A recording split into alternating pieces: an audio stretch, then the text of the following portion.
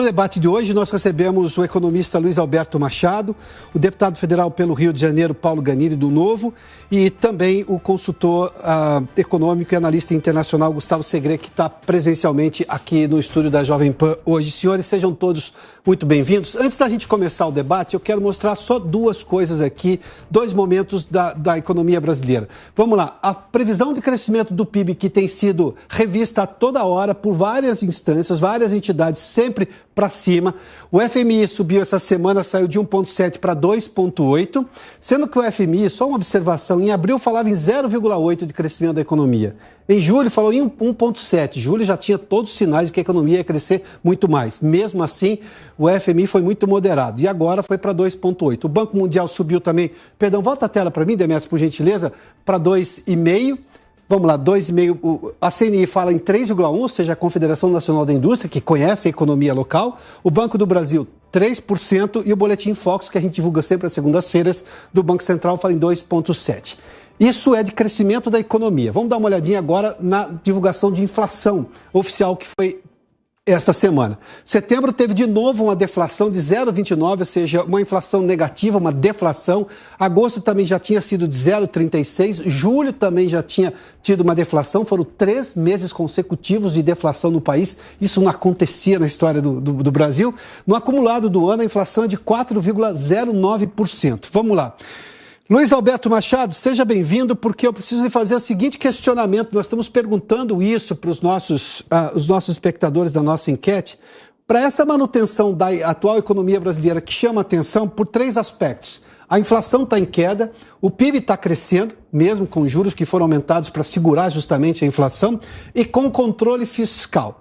Isso será conquistado e mantido, ou seja, será mantido e até melhorado somente com a eleição do presidente Jair Bolsonaro para um segundo mandato, ou seja, se ele for reeleito, porque ele já anunciou vai manter o ministro Paulo Guedes à frente da economia, então é previsível qual será a lógica econômica desse governo se ele for reeleito, ou mesmo com Lula, que ainda não anunciou o ministro da Fazenda dele, ele se nega a falar sobre isso, da economia, mas vale lembrar que lá em 2003 manteve boa parte da política econômica do governo Fernando Henrique, que eles criticavam quando estavam na oposição. Machado, seja bem-vindo. Muito obrigado pelo convite, Piotr. A satisfação participar do Prós e Contras. A primeira pergunta é fácil de responder. A própria manutenção do Paulo Guedes sinaliza nesse sentido. Eu acredito, inclusive, que o Paulo Guedes terá maior possibilidade de fazer prevalecer as suas ideias do que no primeiro governo, porque muitas vezes o próprio presidente acabou interferindo e acabou prejudicando algumas ideias do Paulo Guedes. Já com relação ao Lula, é impossível fazer qualquer afirmação, porque ao contrário da eleição anterior, em que ele sinalizava claramente para o mercado, convidando o Meirelles e convidando alguns outros representantes para fazer parte da equipe econômica, dessa vez ele não está falando e ele está sendo cobrado dentro do grupo dele. Eu não sei se alguns acompanharam, o Boulos, essa semana no Roda Viva, ele falou claramente, ele é contra o Meirelles participar, porque, afinal de contas, o programa do PT, se é que ele existe, fala em acabar com o teto de gastos, e o Meirelles foi a favor do teto de gastos. Fala em reverter a reforma trabalhista, e o Meirelles foi um dos que trabalhou para a aprovação da reforma trabalhista. Então, quer dizer, a gente não sabe quem é que vai dar as cartas no eventual governo Lula, mas seguramente não vai dar sequência a esse programa do Bolsonaro, porque o discurso deles é todo em torno de mais Estado, de maior intervenção governamental, enfim, tudo aquilo que é o contrário do que é defendido pelo Paulo Guedes e, de certa forma, endossado pelo Bolsonaro. Machado citou aqui os nomes que poderiam trazer alguma segurança fiscal, estão sendo bombardeados dentro do próprio grupo que apoia o candidato Lula, e fez menção ao teto, que o próprio candidato Lula já fez menção de que não quer manter. Ele falou que se o investimento é investimento, gasto é gasto, não importa. E também da reforma trabalhista, que ele já reclamou bastante. A reforma trabalhista foi tão essencial porque durante a pandemia não tivesse havido a reforma, teria no mínimo insegurança jurídica para as pessoas trabalharem de casa. Ou seja, o teletrabalho foi, de alguma forma, foi possibilitado porque a reforma fez a previsão disso e deixou isso legalizado. Ou seja, houve uma segurança jurídica em relação a isso. Paulo Ganini, seja bem-vindo, deputado. Na sua opinião, de que forma a gente pode ter essa continuidade? Só com Bolsonaro ou mesmo com Lula, na sua opinião? Bom, boa tarde a todos, boa tarde também aos espectadores aqui, ouvintes, prazer estar aqui com vocês. Bom, eu não acredito muito que com a vitória, que eu espero que não aconteça, do presidente Lula, a gente tenha continuidade em políticas econômicas que estão acontecendo agora. É muito diferente, concordo plenamente com o que foi falado anteriormente, né? O ex-candidato, então depois presidente Lula em 2002 e 2003, ele veio com uma proposta de tentar diminuir o risco em torno do nome dele, com aquela carta aos brasileiros, com a manutenção da política econômica, do plano real, e também surfou, né, numa onda de commodities, de uma economia mundial que estava pujante e tudo mais. Agora a gente vê o contrário, né? É um enfrentamento à política liberal, à política econômica do atual governo, que mesmo que eu tenha algumas críticas, algumas coisas que não aconteceram, mas tiveram grandes avanços na política econômica, principalmente nas micro-reformas, né? E eu acho que esse é um ponto também importante. Eu nem acho que no curto prazo, nos primeiros meses, eventualmente o Lula ganhando, ele faça grandes rupturas na política econômica de curto prazo. Mas eu acho que quando a gente fala das reformas, aí você já citou muito bem, na reforma trabalhista, até mesmo, ele falou também algo que não foi citado, né, a reestatização da Eletrobras, né, e tantas outras questões estruturantes que eu vejo aí um grande risco para o país. Sem falar no risco institucional, né, como censura, como tantas outras questões democráticas que tanto falam do Bolsonaro, mas que eu vejo muito mais na eleição do Lula um risco democrático do que qualquer outra eleição. Gustavo Segré, eu quero ouvir sua opinião e você, por gentileza, se puder, já faça um comparativo internacional, você que acompanha o cenário internacional também, e a forma como o Brasil tem chamado a atenção justamente por esses aspectos que eu mencionei no início, ou seja, nessa recuperação pós-pandemia, crescimento econômico com queda da inflação e controle fiscal. Porque todo mundo teve que extrapolar a questão fiscal durante a pandemia, era um gasto que não poderia ser deixado para depois. Na sua opinião, como é que a gente vai viver com a economia? Levando-se em conta a nossa enquete, mas por favor fique à vontade, só com a manutenção de uma reeleição do presidente Bolsonaro e a manutenção do Guedes já anunciada, ou teremos alguma novidade em relação à eventualidade da eleição de Lula? Boa tarde a todos, muito obrigado aí pelo convite, mas me deixa um pouco mais tranquilo a composição do Congresso, mesmo com toda a intenção de Lula de furar o teto de gasto, de fazer a reforma trabalhista, que mesmo não falando vem junto com a reforma sindical e que tanto favoreceu essa restrição aos recursos dos sindicatos para que possam os trabalhadores realmente trabalharem com sindicatos que são favoráveis à defesa dos direitos dos trabalhadores e não para outras questões mais políticas. Quando a gente avalia, me deixa de alguma forma um pouco menos intranquilo os dois governos do Lula anteriores, porque mesmo com pensamentos de esquerda, eu denominava como que fosse um presidente violinista. Ele defendia as questões sociais com a esquerda, mas a direita era quem executava as políticas econômicas. E ele defendeu de alguma maneira aquele tripé que foi gerado pelo Fernando Henrique Cardoso de superávit fiscal, sim, meta por inflação com Banco Central autônomo, que agora é muito mais autônomo que na época, e também a liberdade cambial, oferta e procura.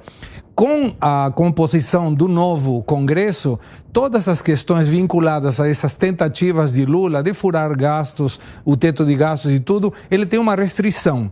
Mas é fundamental saber quem será quem vai conduzir a economia. Claramente, é muito melhor para uma economia com uma inflação em queda, com um crescimento em alta, com controle fiscal, manter o mesmo piloto desse carro, que seria o Paulo Guedes, com um diretor técnico que é o próprio presidente Bolsonaro, porque já sabemos o que vem pela frente.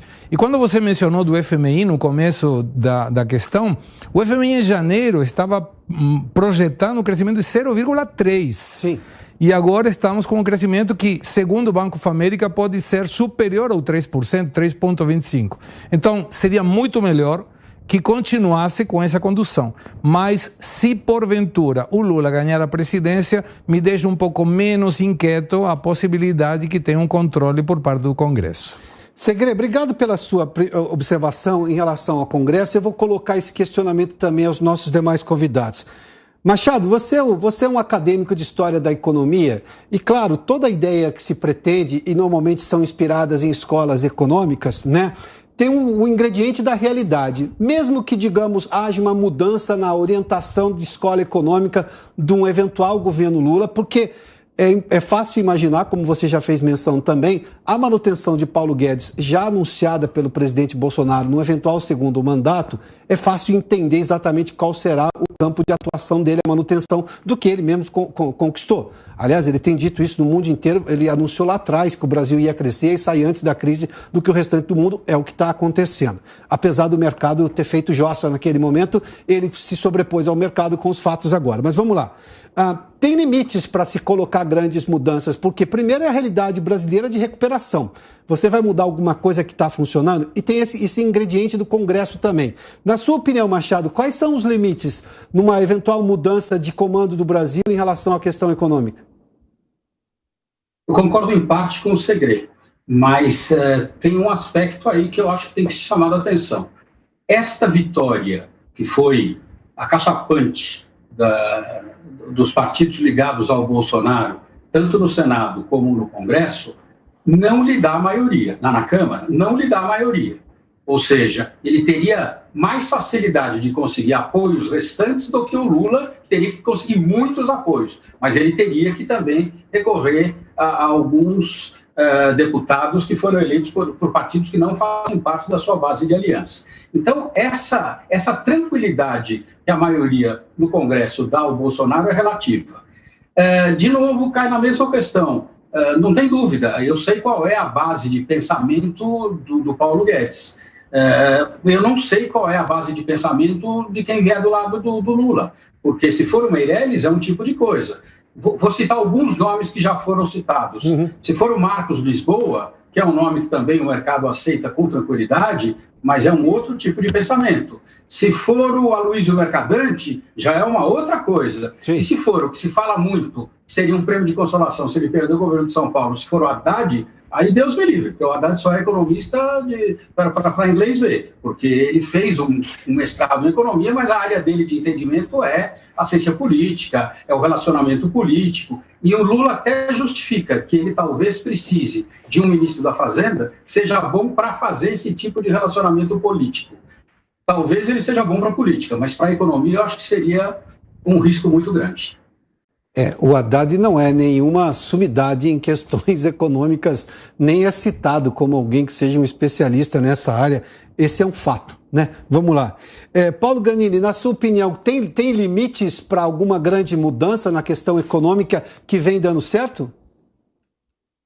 Olha, eu tendo a concordar do ponto de vista do Banco Central, que realmente agora tem a autonomia e a manutenção do presidente, qualquer que seja o presidente da República. Isso é bom, dá uma certa estabilidade. Com relação ao Congresso, eu já discordo, estou mais alinhado com o Machado, e não só para a questão da governabilidade do Bolsonaro, mas também, teve até um estudo, não lembro agora qual foi o canal de notícia que fez, que mostra, caso o Bolsonaro ou caso o Lula sejam eleitos, ele consegue arrastar a maior parte do Congresso junto com ele, claro, fazendo alianças e tudo mais.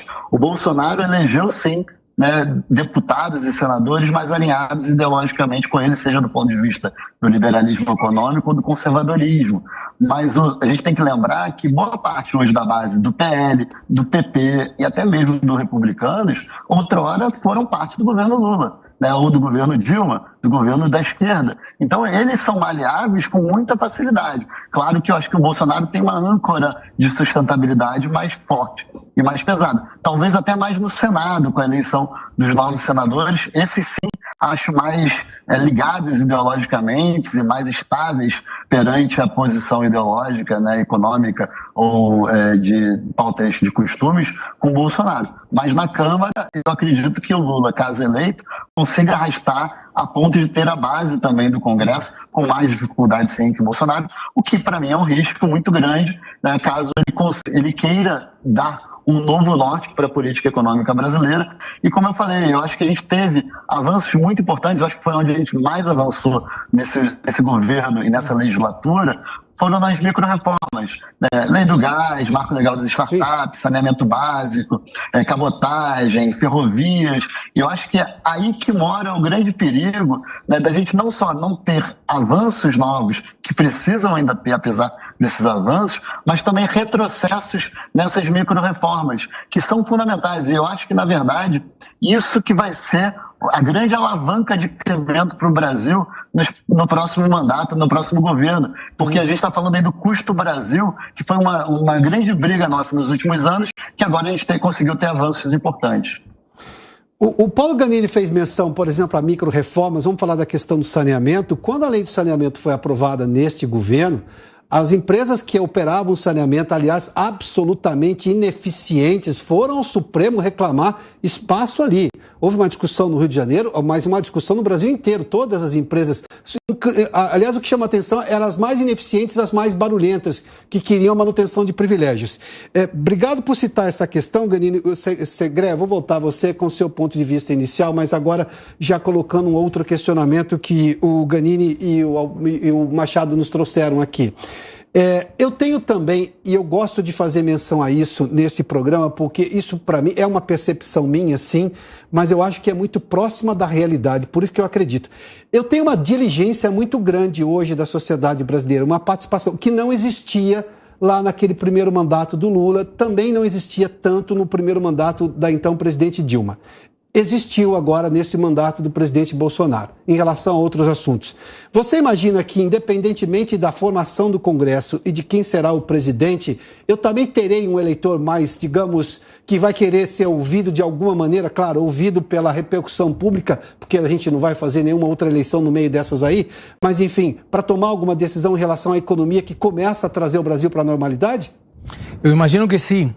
Mas quando você avalia os indicadores econômicos do Brasil, e pode fazer até a abstração do país, conta para qualquer pessoa. Tem um país, não sei qual é, que vai crescer mais que a China, mais que a Europa, mais que os Estados Unidos, com uma inflação menor que os três, e você não precisa indicar quem é esse país.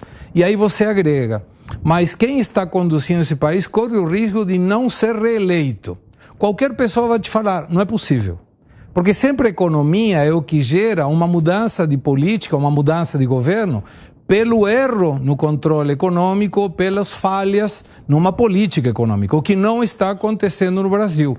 Então, o eleitor é uma questão difícil de conseguir entender, principalmente porque no Brasil tem 156 milhões de pessoas que têm capacidade de votar, mas quando você avalia as questões econômicas, eu acho que esse mês que está desde o primeiro turno até o segundo turno, pode mudar muita coisa do eleitor que enxerga a confirmação, por exemplo, de terceiro mês consecutivo de inflação, quando o mundo inteiro está indo para outro lado, que esta inflação é o pior dos mundos. Sim. É uma queda econômica com aumento da inflação. E o Brasil é uma ilha no meio do mundo que está mantendo essa possibilidade de crescer com inflação em queda. Por isso que é difícil poder falar pelo eleitor, mas a lógica indica que o eleitor deverá apoiar esse tipo de medidas. Então vamos lá, um último questionamento para cada um dos senhores, 1 minuto, por gentileza, na participação final. Eu começo com você, Luiz Alberto Machado. Vamos lá. O quanto que a economia pode influenciar agora na decisão do eleitor em relação a Jair Bolsonaro, que concorre à reeleição, e ao candidato Lula do PT, na votação do dia 30? O quanto que essa economia brasileira, que tem sido exemplo para o mundo em relação à inflação baixa, controle fiscal e crescimento do PIB, pode influenciar o voto do eleitor? Infelizmente, eu acho que não muito, porque se tivesse essa influência toda, o resultado do primeiro turno já teria sido outro. Porque o bom resultado da economia brasileira, vis-à-vis com as outras economias do mundo, já vem de alguns meses para cá e tem sido fartamente, como é que se diz, alardeada pela imprensa, pelos meios de comunicação. Então, eu acho que é pouco. Dificilmente alguém vai votar o voto por causa disso, porque já teria feito um voto diferente no primeiro turno. Paulo Ganini, por favor, deputado, qual a sua opinião sobre o impacto da economia na decisão do eleitor agora no segundo turno? Eu acho que vai impactar sim, talvez não no nível que gostaríamos, mas eu acho que tem um impacto. Mas principalmente, o que impacta é o impacto na própria vida da pessoa que é impactada. Então, não adianta termos indicadores internacionais comparativos, porque a maioria da população nem acompanha isso. Agora, se isso chega na vida da pessoa, se isso chega a ponto dela entender que ela pode comprar mais com menos, ela pode ter mais emprego, mais trabalho, isso sim vai resultar uma mudança da expectativa dela em relação à vitória de um ou de outro e comparativamente também ao que foi o governo Lula. Eu acho que é isso que a gente tem que ver e sentir nos próximos dias. Tá, rapidamente, mas isso está chegando, deputado? Porque nós temos já uma redução. O preço do leite, por exemplo, a gente viu cair recentemente. Os combustíveis, isso é um exemplo para o mundo. A energia elétrica brasileira, a conta de energia é baixa. Ou seja, se a gente olhar comparativamente, mas é baixa em relação ao próprio Brasil. Houve uma deflação, se olhar para o preço da energia de um ano atrás, com relação a este momento. Só rapidamente, o senhor acha que já está chegando nessa ponta do eleitor? Eu acho que está chegando. A grande questão é saber se na velocidade necessária para reverter todos os votos necessários. Eu espero que sim. Segre, o questionamento também para você. O quanto que a economia pode impactar na decisão do eleitor no dia 30? Eu vou me colocar do outro lado da avenida, Piotr. Eu vou falar por que não chega essa questão ao eleitor. E pelas que eu escuto na rua é pelo discurso do Bolsonaro. Então, se eu iria na campanha do Bolsonaro, eu diria: faz o meia-culpa, explica que você é direto ao ponto, que você pode parecer tosco, que você é sincero e que poderá melhorar as questões desse discurso para ver como chega no eleitor, porque a economia está perfeitamente bem e não precisamos mudanças. Esse é o caminho. Então, é uma questão de comunicação da campanha. Absolutamente. Então. Tá bem. Gustavo Segre, muitíssimo obrigado pela participação. Deputado Paulo Ganini, Luiz Alberto Machado, economista, professor, muitíssimo obrigado, senhores, pela participação aqui nesse debate.